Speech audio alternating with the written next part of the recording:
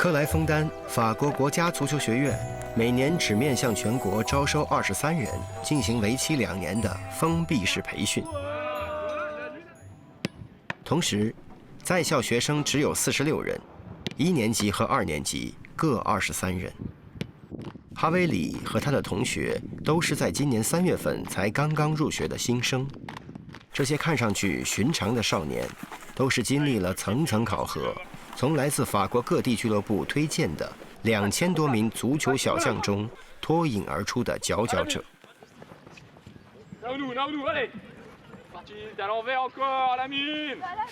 Critères techniques, critères de vitesse, des critères d'efficacité, critères scolaires.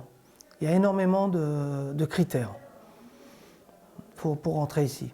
Donc ce qui est important, un des critères les plus importants, c'est le mental, l'intelligence de jeu, la combativité, voilà. Bien sûr, avec de la technique, mais un des critères où on est très attentif, c'est le critère de la motivation, de l'envie, de l'intelligence, voilà.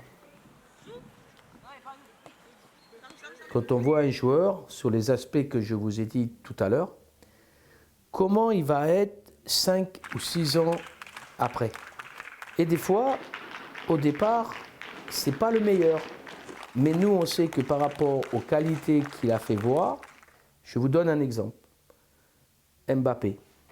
Il était, à son époque, bon, des fois un peu moins bon. Mais il savait faire des choses que les autres ne savaient pas faire. Et quand on multiplie les années, il est arrivé à le faire de plus en plus souvent. Et 6 ans après, hop. Mais Mbappé, il y a 5 ans, il était là comme les petits. Pareil, comme les jeunes que vous voyez.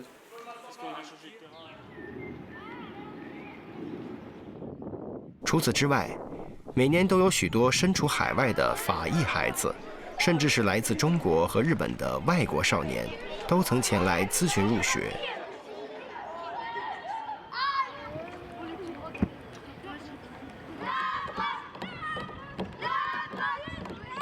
但很遗憾，他们得到的答复都是拒绝。